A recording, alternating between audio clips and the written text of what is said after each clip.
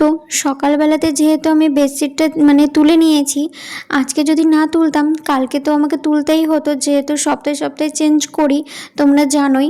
তার জন্য ভাবলাম যে আজকেই তুলে নিই, কালকে যেহেতু বড় অফিসে ছুটি আছে রবিবার, তো থাকবে বাড়িতে আর পুরো ল্যাদ খাবে, গেম খেলবে সারাদিন, বিছানা থেকে উঠতেও চাইবে না। তো ভাবলাম তাহলে আজকে তুলেই নিই, যখন নেই করতে যখন হবে তাহলে করে নিই আগে থেকে, কাজটা তাহলে আগিয়েই থাকবে।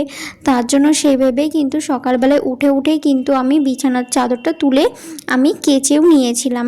তো যাই হোক, আমি যখন বিছানার চাদরটা পাতি তখন না আমার একদম ইচ্ছে করছিল না যে চাদরটা আমি পাতি, আমার শরীর একদম দিচ্ছিল না, খুব ক্লান্ত লাগছিল, মনে হচ্ছিল যে শুয়ে পড়ি, এরকম মনে হচ্ছিল। আমি যেহেতু রান্নাবান্না করে একদম তোমাদেরকে আগের ব্লগে দেখালাম, আমি সুজি নিয়ে এসলাম, সুজি নিয়ে এসে খেলাম, খাওয়ার পরে তারপরে বেডশিটটা দেখো এখন আমি পাচ্ছি বিছানায়।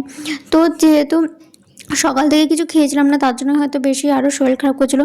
জানো তো এমনি তো আমার কালকে রাত্রে হঠাৎ করে প্রচণ্ড গ্যাস হয়ে গেছিলো, আর এত শরীর খারাপ করছিল, আর প্রচুর পরিমাণে আমি জল খেয়েছি, তারপরেও মনে হচ্ছে শরীর আমার এত খারাপ করছিল। যদি গ্যাসটা ঠিকঠাক হয়, তার জন্য অনেক জল খেয়েছি, তবুও কিছুতেই কিছু হচ্ছিল না।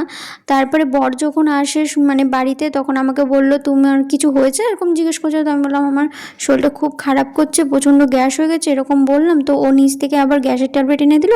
তারপর খাওয়ার পরেও আমার কিছুই শরীর ঠিক লাগছিল না। তারপর রাত্রে শুকনো মুড়ি খেয়ে শুয়ে পড়েছিলাম।